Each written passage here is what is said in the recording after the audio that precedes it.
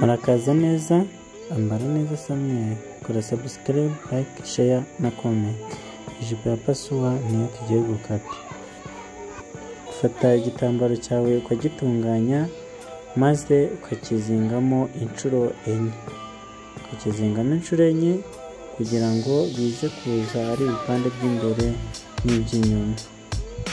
Rwose mwitegereze neza kugira ngo ibintu bigende neza. Turamanuka 8, turangiza tumanuke uburebure twapimye umukiriya, ibindi twamupimye 28, ibyo dushyizemo teranyaho urukubiro rwa rimwe. Noneho hano mu murongo twamanutse 8, umurongo wo muri tanki turashyiramo ibipimo tugabanyije 4, urabona 3, 6, ubwo dushyizemo 9. Hano mu nda afite 32, turagabanya 4 dushyiramo 8. Noneho hano kurangaha turaza kurenzaho igitambaro kivamo Pasuwa kigaba bakagiteraho n'imashini. Noneho tukaza gukata ariko tugisize.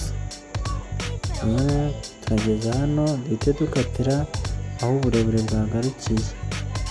Bose ndabakunda cyane, nifuza ko ibintu byose nabicisha kuri uru rubuga, noneho mukamenya kudoda bitabagoye. Ukuri Imana ibahe umugisha. Hano utambika 4 yeni pense, ukaca sinye, noneho ukaza kumanuka ince 3, kumanuka 3 turutse aha hejuru.